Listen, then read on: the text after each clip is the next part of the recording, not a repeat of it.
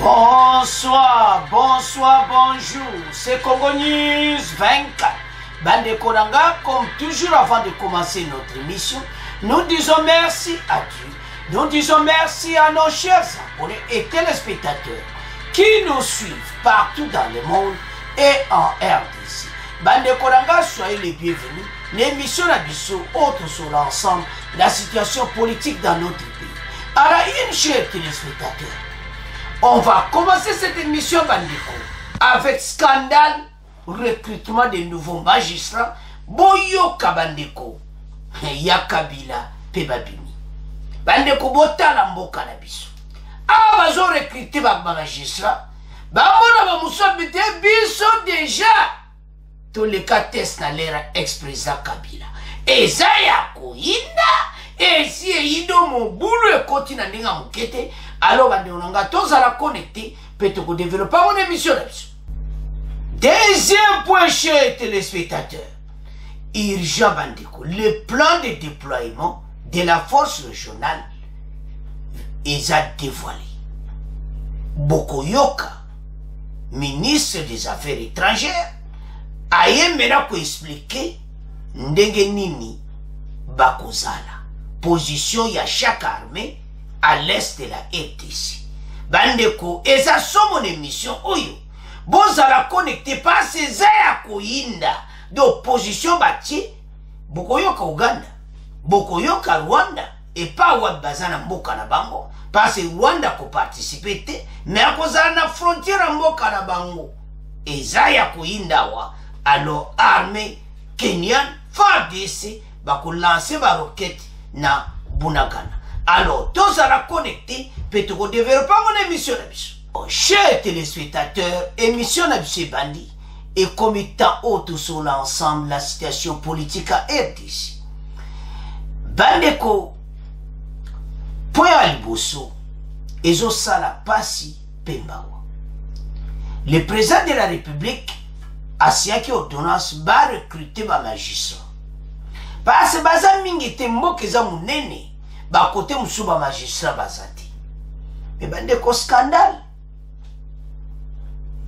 Ah bazo recruter. Ba mona kaba musuba biso peto za bino banane. Mais biso déjà dans l'ère ex-président Kabila. Tosi do passa test. Oh. Président cour constitutionnelle et inélié. Boyo a monté pelé à la cour supérieur de la magistrature. Maintenant, parce qu'on a un dossier à répondre. Nan va répondre boya ex-président Kabila, mais boya ex-président Kabila, bah y a un micro. Bozo ça la test dans le mois prochain. Biso de suite au passé, bongo biso est un scandale. Bango moko bazolo wa munoko. Président ex-président Kabila Akenda. Ministre de la Justice Alero Rezalaki Nani. Président de la Cour constitutionnelle Akala Boyebi. Hier, ils sont invités. Donc, mon boulot côté. Awatoke na umalemi. Avato yana bo oye bomimboka oye ex-président Kabila. Toba nana oya fachi. Bazo recruter 3000 magistrats. Et boyoka. 34 000 dossiers. Donc vous comprenez comment pas wapi mboke outi. Et pas chômage zali. Bazana besoin de 3000. Mais ba candidat baza 34 000. Ce qui est bien. Selon la constitution, il y a un test. Le test, il y a 3000 sur les 34 000 dossiers. Mais le problème maintenant, c'est que le dernier de mon boulot, il y a ex-président Kabila, il passe à test, il va sauter. Il va dire que je vais boulot, il va dire que je vais boulot. Donc, même en émission. Bah, Congolais, tu comprends que la situation est à peine à mon goût. Mais tu es nango, pas à pas parce que surtout talamboka na biso chômage bakonzi bazosala nyonso babongisa mboka mais pas bakuti mboka sikoyo so tozolobaka justice eza na problème yango te la dame ministre ya justice aza na problème sérieux ye mo président cour constitutionnel Kamuleta aza mpe na problème parce que ye azo recruter maintenant bamosu akala baye kobima oyo bazalaka era ex-président Kabila bato wana na era président Kabila bapasaka test me watu wana eza deuxième partie tozoya na po wana to bananu kotanga ya oyo afaci oyo bazo recruter toyoka extrait wana bongo après tokokende na oyo ya ex-président Joseph Kabila.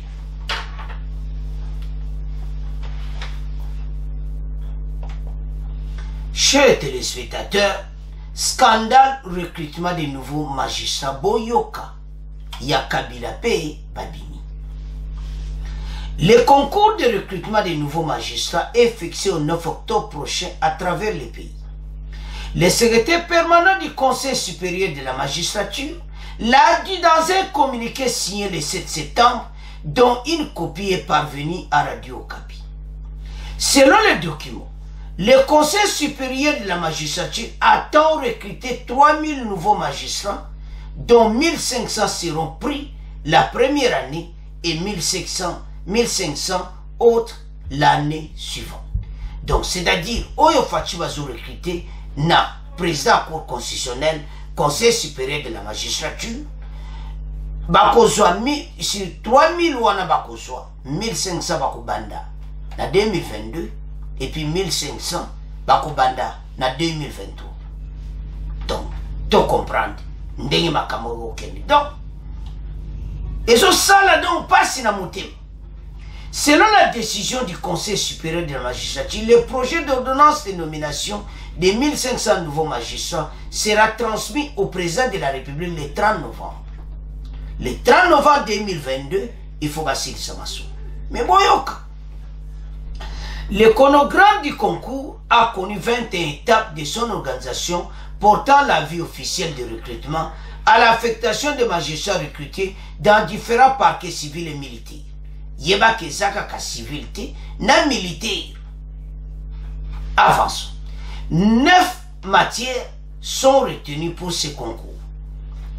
Procédure pénale, procédure civile, droit pénal général, droit pénal spécial, droit civil des personnes, droit civil des obligations, droit civil des biens, éthique, déontologie des magistrats. Donc, tout l'andiwana, on comprend que et belé. Il y a une région, bamosusu, procédure pénale, procédure civile, donc il y a une liste bango anandi.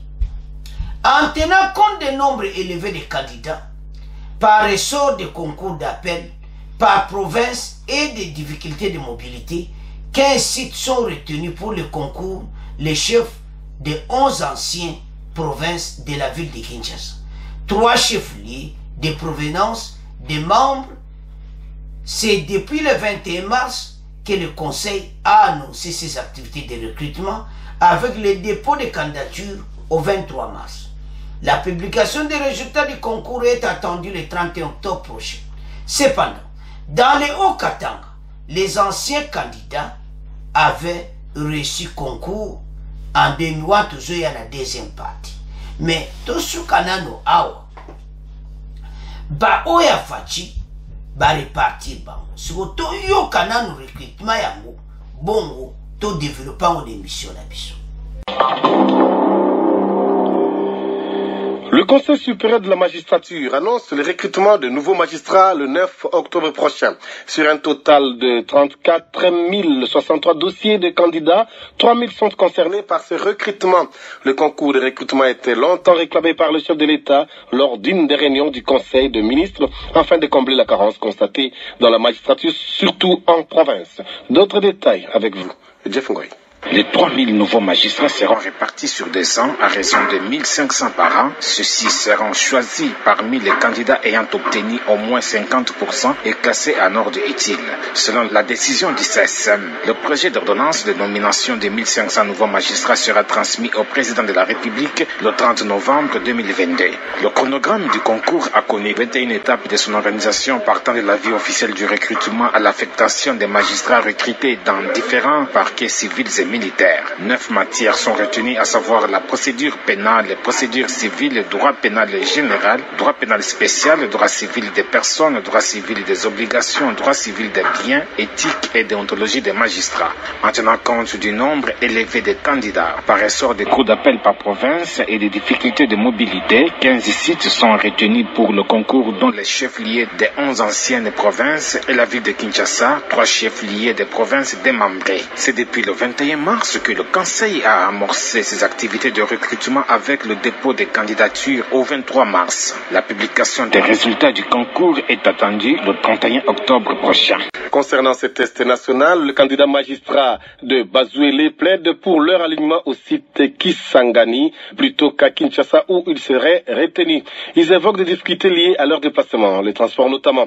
Ce cri d'alarme est intervenu au lendemain de la publication par le Conseil supérieur de la magistrature des différents sites devant accueillir les candidats pour ces épreuves. Le point avec Jacques Moukonkole. Ces candidats magistrats du Bas-Ouélé sont au nombre de 30, dont 8 femmes. Ils disent avoir expédié individuellement leur dossier à Kinshasa, puisque le premier président de la cour d'appel de Bouta n'avait pas voulu s'en charger. Selon eux, ceci serait à la base de la non-retenue des candidats pour le compte du Bazouélé. Kinshasa étant difficilement accessible pour eux, ils souhaitent leur transfert à Kisangani. L'un d'eux, Landry Voula, expliquant. C'est pour concourir à la représentativité provinciale d'une part et réduire la distance qui sépare Kinshasa avec la province du Bas-Ouélé d'autre part. Dans cette démarche, ils sont soutenus par la société civile force vive du milieu, comme en témoigne Jean-Marie Epekana, son président. Notre cri d'alarme va tout droit au niveau du Conseil supérieur de magistrature, afin que nos candidats qui sont sélectionnés au niveau de Kinshasa puissent être ramenés au niveau du site de la Chopo, afin que nos candidats puissent passer pour les comptes du Bas-Ouélé. Le premier président de la cour d'appel de Bouta dit n'avoir pas été mandaté pour la collection des dossiers des candidats magistrats à expédier à Kinshasa. Toutefois, Edmond Soko les exhorte à adresser leurs doléances directement au Conseil supérieur de la magistrature.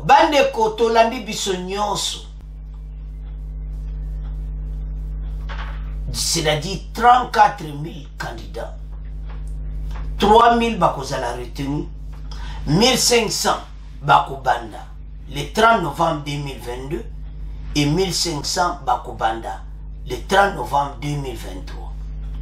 Donc 3 000 année prochaine, 3 000 bakoti. Mais 34 000 dossiers. Si vous avez comment mboka chômage ezali. Mboka oyo bandeko, biso nyonso faut ozala ensemble. Parce que ce n'est pas possible komona comment pays na biso chômage ndenge wana. Alors, président cour conseil supérieur à magistrature, président cour constitutionnel, na ministre ya d'État, ministre de justice, il faut pas transmettre liste où on n'est pas fatigué na novembre. Donc, octobre, bah, si les camions sont test, va proclamer, bah, on va passer ma test. Alors, bango, bah, qu'on a affecté. Mais bah, tiens, va place dans la province. C'est mon là. Mais, dans la province, appelée, bah, Kaboul, dans la province, il y avait eu un petit problème. Dans la province, qu'est-ce qui s'était passé? Boya ba weli. Ba oui, biso Kinshasa musika batinda sona Kisangani. Dans la tchou. Donc, batu baza kosenga. Ndenge tolandi na extrait wana. Bango ba monete, il faut ba kendi parce que kuneza musika. Bango mbasa la test na ba weli. Tout cela, bango ki Kinshasa déplacement ko basa la concours. Et rango yo basa déjà requête na bango. Pour éviter, parce que ceux qui vont préparer test à mon niveau pour oublier ça à Kinshasa. Mais il fallait pas préparer test pour le transport là-bas. Mais il y a un point d'interrogation parce que les à la suite contrôlée. Mais il y a alors, ce boba aussi veillé à Kinshasa. Batinda batukuna. Parce que bazon nga basa recrutement propre, équitable, pas d'injustice, pas de corruption. Balingi corruption mutu bazwa batu baya kosala musala ba magistrat. Mais message à ba congolais pas ba magistrat. Tant bozoya boye ba été bosala musala bien pas état de droit ba congolais bazo réclamer. État de droit il y a un problème. Ba congolais partout on en parle que trop de liberté provisoire. Bino ba juge bozoya ba magistrat bozoya ba musubo kozala ba juge ba musubo kozala promotion et tout ça. Alors maintenant il faut pas ça la musala très propre. Botala et pas dossier c'est belé ba avocat bazoko hein bazo senga comme magistrat a comme juge. Alors ba ya ba ça la musala parce que t'as des droits et mboka oyo if sans la justice mboka za bien dit. Ba province mususu bazate bas mais makamango toke le cas directement à deuxième point. Qu'est-ce qui s'était passé? Il y a un groupe, il y a un avocat. Basé salaka test pour un magistrat. Si quoi il boba bimaka ba magistrat donc bien ka déjà ba kujanga pour ba passer qui. Donc ba été ba comment dire ba magistrat pour ba passer test en 2009 avec ex-président Joseph Kabila et avec pauvre Benoît Lembo Azalaki président cour constitutionnelle. Les wana basalaka test wana bango babimaka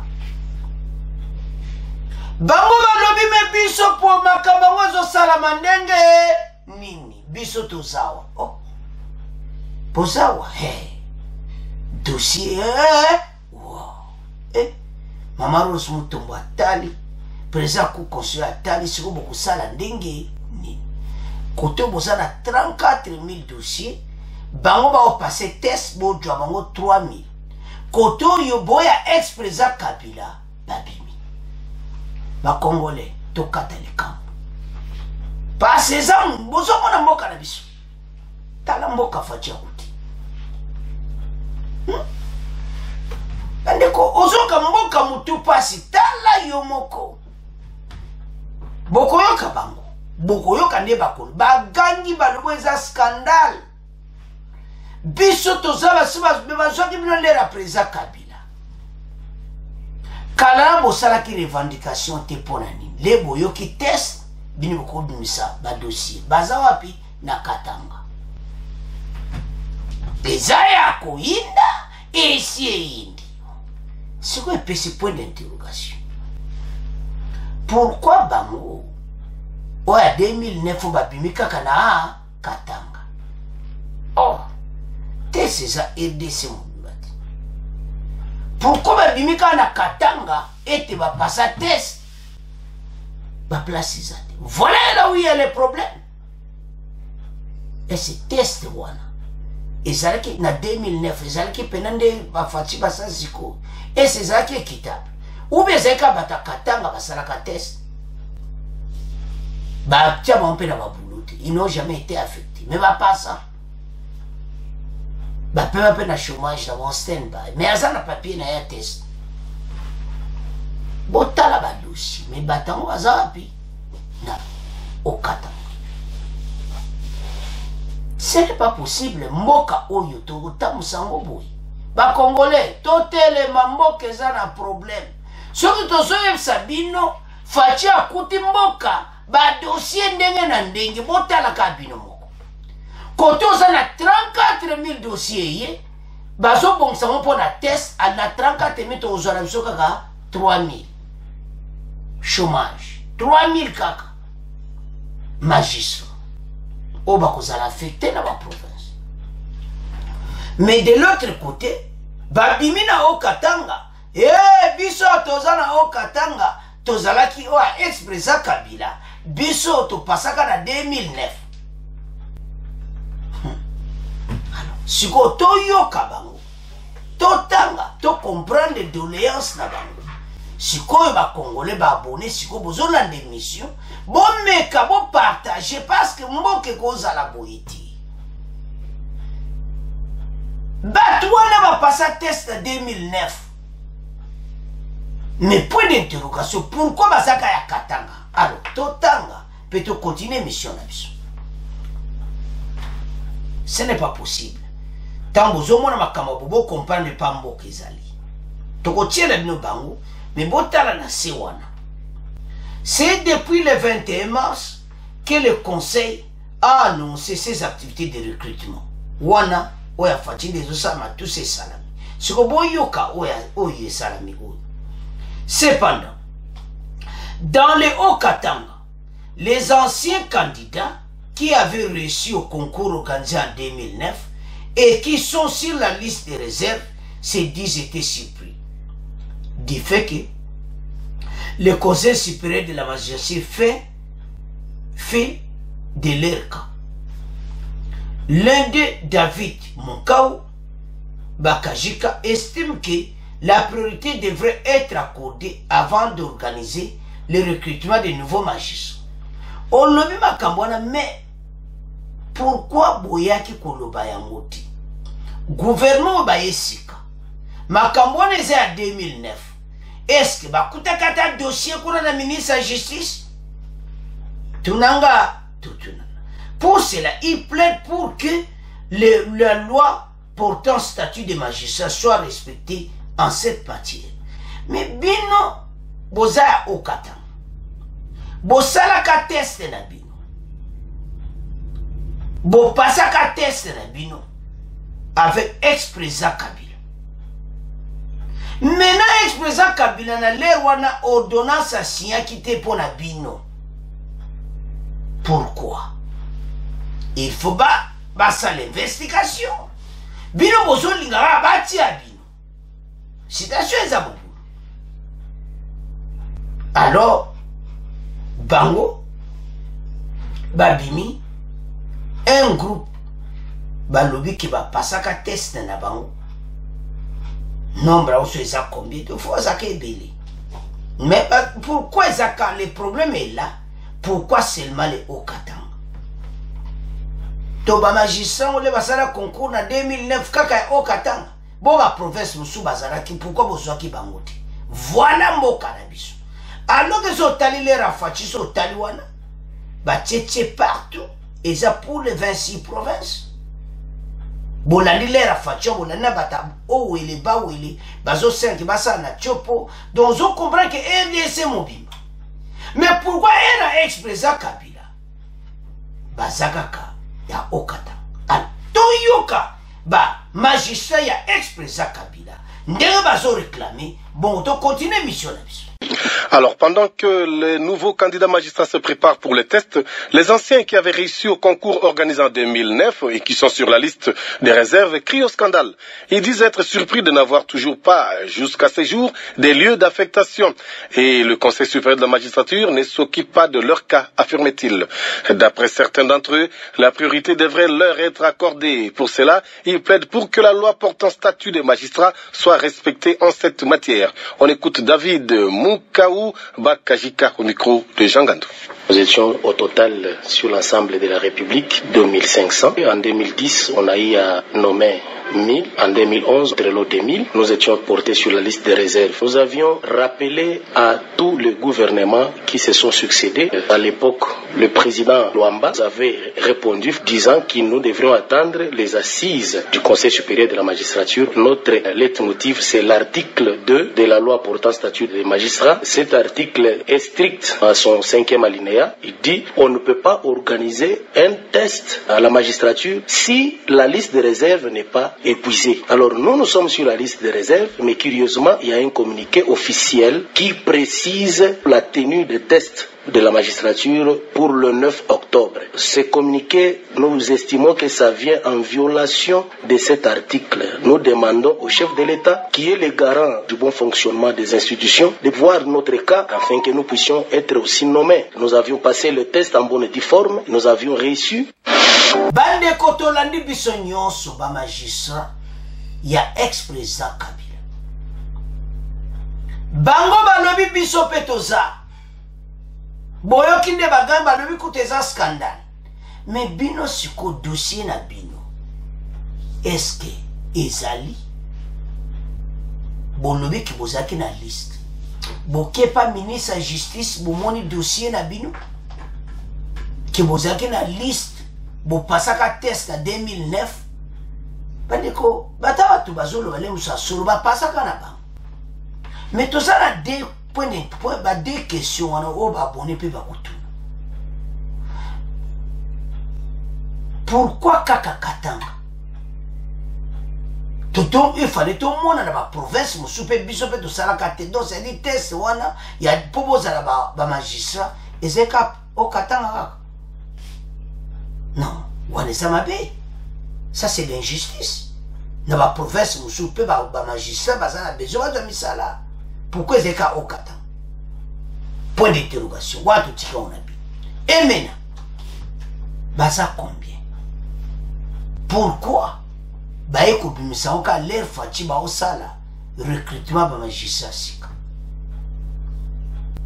Et pourquoi l'air wana? Parce que le président de la République a signé ordonnance ne boya siko. Le 30 novembre fachi a signé ordonnance loi pour la bango ba bana musala. Ba oyo ba tiaki ba on a liste réserve. Pourquoi après wana ba passe net ya fachi siko?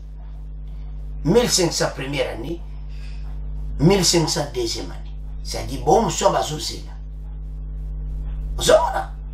Mais bah, oyawa. Pourquoi pas, bah, c'est une ordonnance pour la banque qui va s'oser. Expresa Kabila. Et qu'est-ce qui s'était passé dans le moment? Ministre de la Justice, les rois des Akinan. Je crois bien, c'est Tambo Mamba. Tambo Mamba, qui ministre de la Justice, je crois bien, en 2009. Tambo Nyonso, si je me trompe. C'est que Batouana Nyonso va s'acquérir en 2009. Bateau, il va passer. Mais pourquoi il ne peut pas qui a fait Moussalati? Mais ça là, bateau va passer test. Pour te comprendre bien, bon, il va passer test. Ben, le nombre va coûter 3000. Et ben, première année 1500, deuxième année 1500. Donc, la 2020, il faut aussi ordonnance en novembre 2021. Mais bon, il y a ex-président Kabila. Problème est, pourquoi comme on dit qui va se gagner scandale, tout ça, bango il faut battre la canne à bango et tout ça. Bah il y a un micro, il y a radio na Kinshasa. Bon, vous avez une situation tout ça. Bah Congolais tout télémako. Botala mboka et pas fatia jui. Tout la mouka que malgré les hauts et les bas, gouvernement va aussi l'effort. Bah zo sala ba ko signer ordonnance ba to un peu ba bandi misa. Tout tala ba mandataire. Ba mandataire fatia signer ba bandi misa. Si on a un mandataire, et c'est ça normal. On va la bonne mais t'as si quoi you ndenge boulot côté. Malgré ma poney katanga outi le to comprendre té, donc ba monsieur bazan besoin misala té na ba province mususu. Ka katanga. Wana pe problème ba avocat ba commenter. Alors, situation to zanango yango wana. O ba lobaka e yindi tolandi biso nyonso ke scandale na ya ex-président Kabila na boya fachi siko bakosala ndenge ni baabonné bopesa commentaire gouvernement bakosala ndenge ni parce que le 9 octobre donc le 31 octobre te Cécile va proclamer babimi le 30 novembre fachi a ordonnance ba magistrat 1500 baza engagé et puis na 2023 1500 pe baza engagé ordonnance pour ça la mané oyo pour 3000 magistrats, 1500 babani après. Donc, si vous bon la question que ça la bango denge ni. Est-ce ex-président Kabila? Bami akotuna si akingankati bako reconnaître. Nan ministre de la justice dossier batouana bazar na zana. Et c'est Tambo Mamba. À cause de dossier na bango akoyeba Nanazaki ministre de la justice na l'air en 2009. Donc c'est ça. Botala, Mboka, Fatia Kuti. Batu basala test babima. Ba eso ko bozela, bino boza réserve to tchabino, ti le no bavanda kakabo. Mais les bayoki Fatia jo recruté, bango bayi. Mais bazaka ya okatang. Alors, bande konanga, c'est à ce point, to komo tika premier point aussi yindi, to komo kende na deuxième point. Chers téléspectateurs, to komi na deuxième point na biso. Bandeko awa ba secret nyonso ba congolais ba olinga ba yeba ebini. Maintenant le plan, il y a déploiement. Bandeko et ça somme. Les plans de déploiement, il y a force sur le journal. Place au Yobako Sala. Ndegeni bako avancé. Le programme nyonso complet et ça l'émission. Beaucoup à la surprise. Beaucoup comprendre que makamuto zako lo ba mission, ba position ba Uganda tout ça donc oyo kakapena ke. On comprend directement pourquoi Uganda zakara côté wanaga. Donc Uganda pena poni côté naï. Surtout on comprend bien la discussion. Bah le banc à cause à côté mon sous-souti. Bah de quoi ça somme? Uganda azana ba agenda caché. Oibimi poisse siko. Bokoyoka, ministre des Affaires étrangères, le Tundula, a expliqué place armée moko na moko bakozala. Ce qui te comprendre bien, boyo bako attaquer M23 directement et zakaka armée à Kenya na FARDC. Bon, tu comprendre angole que na muzindo bo tanga, tu comprendre pe to yoka. Ndenge ni ba expliquer makambo. Uganda alobi ya kuzaka na Ituri. Le quoi va sa l'opération ADF ya kozalaka côté kuna.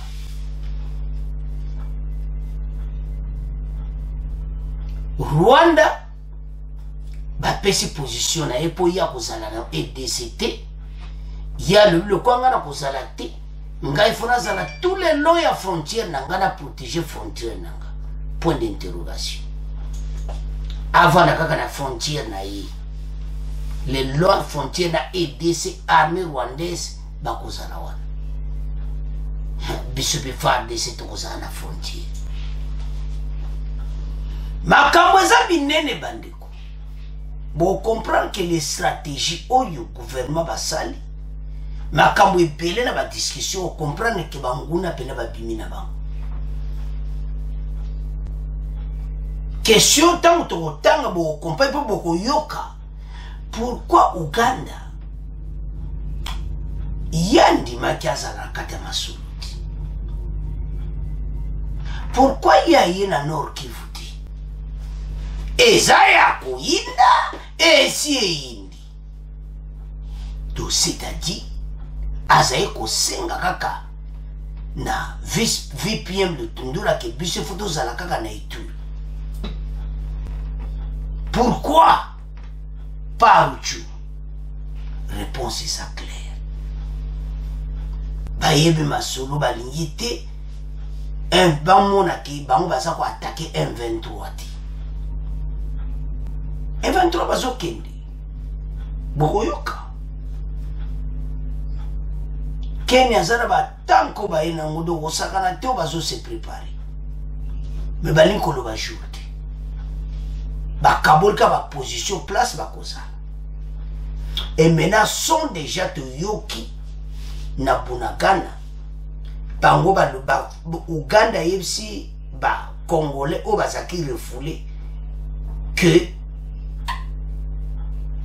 M23 bako bengana bango bako zana wanati metendo bebisa ngote poana tozo bomba ngo pas ces émissions spéciales.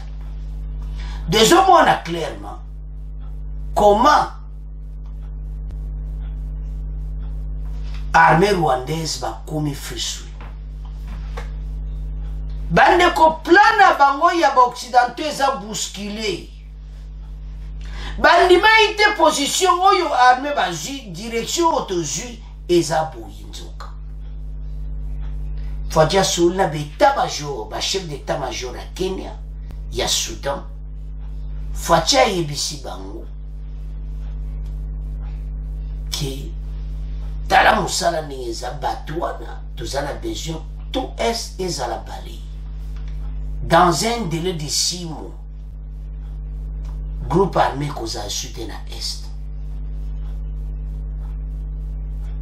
Mais, Ouganda, le col a déjà un problème, il faut taper un bon micro, il y a un problème na bisu. Ouganda a quelqu'un na coin ya ADF. Pourquoi il y a Ponika Kolanda ADF? Parce qu'il y a des intérêts personnels. ADF pas à quoi attaquer Bam. Bokoyo ka force Soudan, Bangoba Kozala, kaka na frontière na baona EDC na niveau ya Owili. Na province, ex-province ya oriental donc Bango kuna. Bakiti pe kuna. Burundi yako ya na norti. Yako zaka na sud Kivu na frontière Burundi na EDC na Uvira. Bango babani bo opération déjà na FARDC. Les messieurs koya to yebsa no ndeni bo opération zo salama na sud Kivu to yebsa. Mais lelo to koyoka to tanga to comprendre na si ba congolais lelo ba kozala surpris. Oyo ba koyoka. Comment ba position oyo ba juge. Ba occidentaux maïle siliba. Bazo comprendre te bandima ki te ke makambo ya force régionale ko sala. Ba ebaga Uganda na Rwanda ba ko tia mobulu pa biso pe na ba pre Uganda ba longoli. Et Rwanda je m'excuse ba longoli. Mais total ba commentaire ba ndiko e pona ni batiki Uganda. Fallait Uganda pa lo. Uganda kota déjà na makambo ADF. Mais to yebite na makambo tout omona eza erreur pour kukonsa Uganda na masulu wana kote wana to condamner gouvernement Salimabe. Uganda il fallait pas ça. Alors to tanga sikoyo to yokapi VPN ndenga expliquer ba déploiement on a place na place ba kozala ba de koza so mon émission. Donc tout a été bien planifié. On appelle un plan, carte. C'est quoi? Message. Et ça, vous savez, on est un groupe armé. Vous avez un problème sérieux. Lisons ensemble.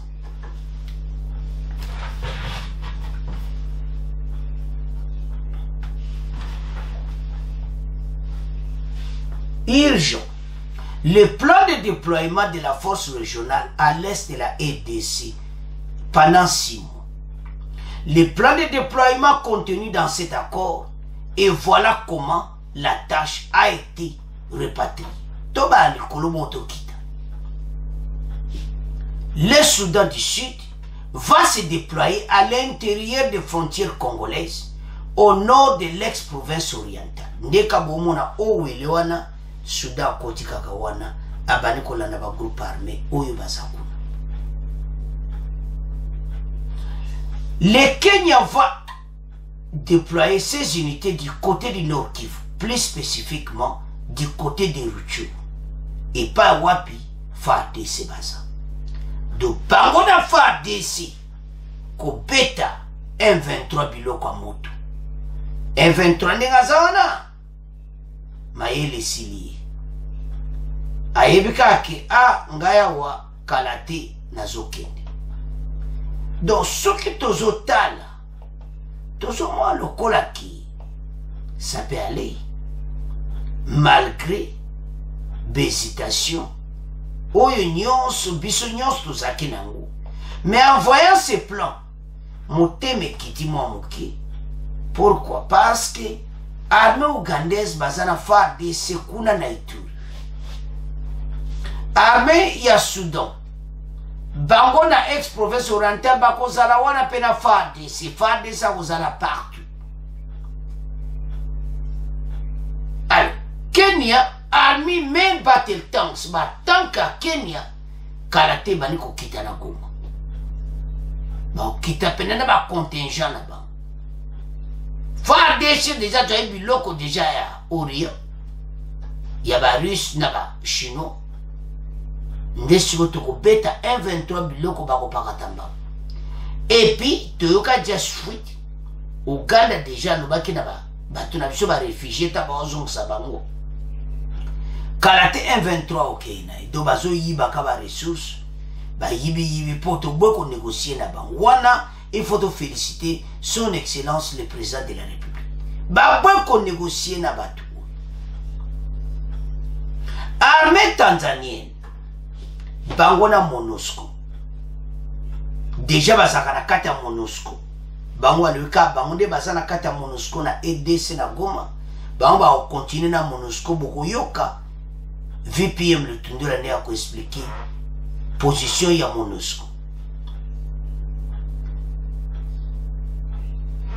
Il sera question d'une force régionale intégrée où chaque pays va se voir accorder une zone de déploiement. Oui, on avait déjà convenu des zones de déploiement.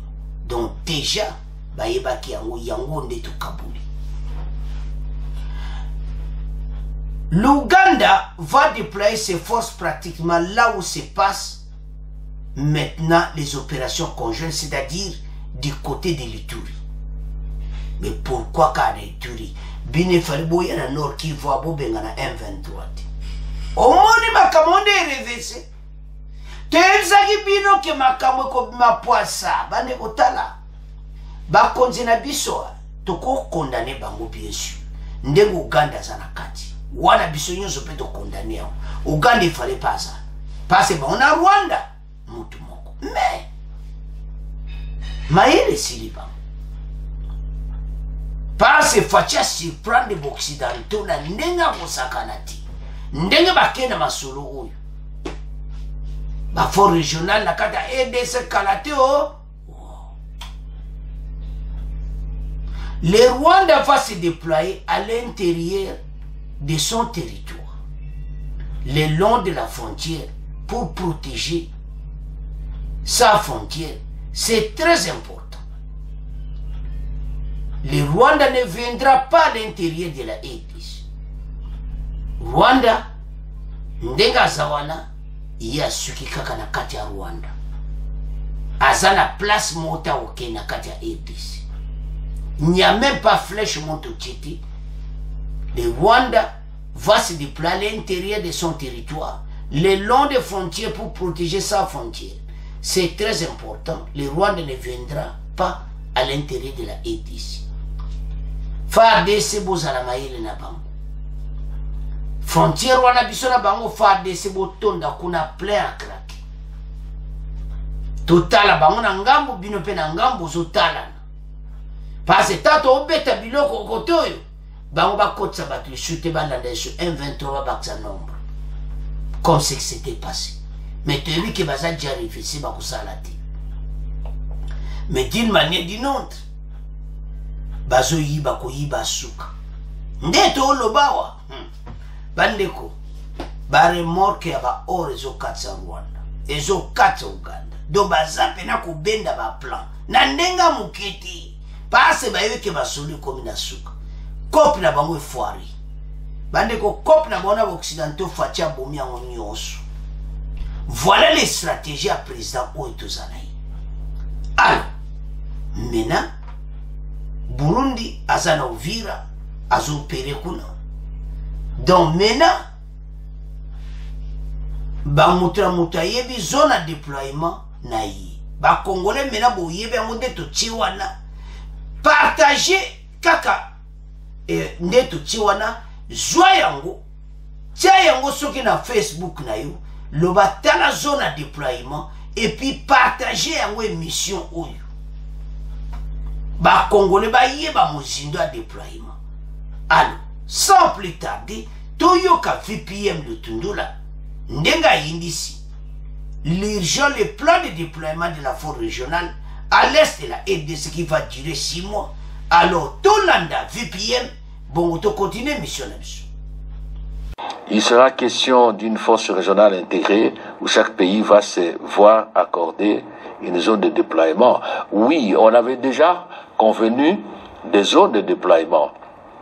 En l'espèce, le Burundi se déploie du côté, si vous voulez, de la frontière qu'il a avec la RDC à l'intérieur sur les grands plateaux d'Uvira. Le Rwanda va se déployer à l'intérieur de son territoire, le long de la frontière pour protéger sa frontière. C'est très important. Le Rwanda ne viendra pas à l'intérieur de la RDC. Le Kenya va déployer ses unités du côté du Nord Kivu, plus spécifiquement du côté de Rutshuru. L'Ouganda va déployer ses forces pratiquement là où se passent maintenant des opérations conjointes, c'est-à-dire du côté de l'Ituri actuellement. Ça ne va pas se déplacer. Et le Soudan du Sud va se déployer à l'intérieur des frontières congolaises au nord de l'ex-province orientale. Et voilà comment la tâche a été répartie. Bande konanga tolandi VPM le tundula. O balobaka esi eyindi eza ya koyinda. Mena plan nyonso eza dévoilé. Bato oyo bayele na bango esili ekomi tanto récupérer mboka. Baza na problème sérieux. Neyebiki tozelaki mingi 3 mois bato bazaka na bunakana. Mena bazokende. Alors, plan yango wana basali. Oya Soudan ba okota na nord. Na Ouele. Armée Kenya ba on va vol mbala mo na Goma. Ba tank na mo kita na Goma. Biloko teko kita na Goma. Ba on a fait DC mena. Donc des armées au Bakolanda. M23. Donc ça la mina o mabeti. Uganda benda zana yebine pola ni na poline kote Ituri. Pourquoi ndimi kuna? Pasa yebi kalingi ko koya tabeta M23 biloko po bango ba yebi masolo. Na ndenga mabeti. Bazana bango pire na armée rwandaise. Et maintenant Burundi azo sala déjà masolo na FARDC. Bokoyo ko ne mission koya. Bazo sala déjà vraiment sala na Sud Kivu. Ya on saganate. Alors, bandeko voilà toko pesa bino rapport ya ndeni makambo ezo kende ndenge eza ko avancer. Mene comme réalité parce que tozaki na ba doute biso sa émission sur ba force régionale ango. Wapi ango ba congolais ba loba toujours so tangi ba message biso lingi kaka action salama. To mona ndeko salama. Biloko ba risque la tezo koya na kata bunagana. Nandega mukiti. Bandeko, c'est ça. Tout temps ba commentaire bandeko belé merci na ba ndebo ladaki émission wana. Oui les kaki. Ndé te expliquer qui position ya défense. Ndege ni défense bazo bongama. Mena tango ekoki. Bato baye entre temps biso déjà projet de déploiement c'est ça la maki. Tant bato ka bazo kende bango nyoso ba force régionale. FARDC a kangi ba frontière naï. Congolais. Élection 2023 qu'on passait dans la paix. Tout comme mon amour. Comme dit les Français. Il y a une lumière dans la tunnel. Toujours mon amour. Inda mo zope la déjà na kata tunnel. Watu ubenga monini. Nord Kivu. Na Sud Kivu. Kimi ekota. Onga makanika. Bima na zamba. Pokozwa biloko na yo. o ngabwe bima na zamba bango tuba bima. Voilà. Ba konzi ba résister contre ba o nyos Occident ba ebisi bango. L'Occident va essayer de négocier na M23 botala bato. Fati aboui. Et comme point d'interrogation pour la banque. Bandi m'a quitté. Baza surpris. Et puis, surtout, la bandi m'a été qui force le jeune le Kouya. Et mené comme réalité. Parce que va tracer déjà place zone à déploiement. Place FARDC mena na armée kenyane baku beta bena bango biloko na bunakana. Des armées. Uganda yemo kwa hivi po nini ya kamika na Ituri epa wapi wala na ADF. Mais yako benga na armée rwandaise na M23 te, pourquoi Rwanda boyi kaka na kwe kuna ndimika kuna. Voilà. Tolandi VPN, Azaki clair, a expliqué en zone de déploiement. Donc maintenant, les Congolais to quitte sa mitema. Tozaki na souci pour la bande qu'on a ça est. Maintenant, tout comme on a qui guerre est aussi là. Même ngapi après qu'on tanga ka déploiement, on dit na yo qui VPN, le tundula. Après ce rapport de Basololi. Et puis les chefs de l'État, PCP instruction à bango tout ça de dérouler. Bandeko, est-ce que ça a pacifié ndenge moko avant l'élection? Nazo mona pena ki bako bete la Fatima Boko. Et DC Mobimba. 2023 toko passé, kimia moko na est na to monati. Balobi 6 mois. Ça peut être aussi renouvelé. Mais tout ça a besoin de 6 mois, ma kamoutou ici là. C'est quoi? Message à M. Zepa, Bandeko ya Ituri. Bandeko Nord Kivu. Oyo, ba jeune na biso ba rebelle, Kodeko, tout ça, ba maïmaï, o ba zotiaka ba désordre. Tala, botika ba arme, bo rejoindre de DDC passe beaucoup kufa. O eza ba armée conventionnelle, bango nyonso, ba kota ba beta bino biloko boko bikati. Ceux qui bozola na message de kona Ituri de konyoso kuna na Kivu, na Sud Kivu na Nord Kivu, et komita o boyebi sabande kona bino parce que boyebi bango. Bazalaki na bandako na bino ba kota zamba, ba bima na zamba. Ndenge to moni contingent oyo. Ndenge to moni armement oyo. Ndenge to moni plan de déploiement. Bateau yo babima. Ceux qui babimité, bakokufa. Parce que plan est clair. Bandeko. Voilà. Ndenge masula ngwezali. Bandeko. Bateau nyonso oyo bazaki na hésitation mena toujours mona ke masole kosala. Mais tozala bomoko. Totangi ba commentaire bandeko na émission eleki. Balobi que président ex-président Mobutu malgré tout le qui pour la unité nationale mais aloba ki maloba moko ke après moi c'est le déluge. Maloba na ba congolais biso nyonso to sepela kana mote to yebete sur les vérité aloba ki ango on n'a pas de preuves mais baloba ka ki ya aloba ki ango mena yebiti mais soko aloba ki ango ezalo kola lekele mboka mabi. Mais au nom de Jésus, le président de la République a ébi nzambi. Ce qui m'a nommé ma belle maman pour n'amboka ou yokokende. Tolana ba pasteur Moussa Zoloba. Azoloba pour n'amboka la biso. Au lieu qu'à venir mboka ya Zoloba que mboko ezane la kilimabe. Mais yo pasteur bonde la pour n'amboka te. Bongo sikoyo. Yaba lwaka bozo président de la République a ébi nzambi. Fachi a pesi mboko na maboko nzambi. Bon nzambi a vraiment décevoir Fachi. Point d'interrogation, ba Congolais soko ye ozana, oza chrétien, ozana foi qui SAEDC kozala délivré totalement. Tokomona pena ke ba kopa ba voisin si. Maintenant, ce qui m'a kambouane ici, ba voisin, na bato baza sima na bango, l'Occident, na bato basala ba kop si ba voisin, baza na problème si. L'économie, bon de boyo kabadeka, l'économie ebele koza mobulu, ceux qui t'ont récupéré est wana. Armée na bisa juba frontière nyonso to vandi nango. Armée vandi. C'est toi.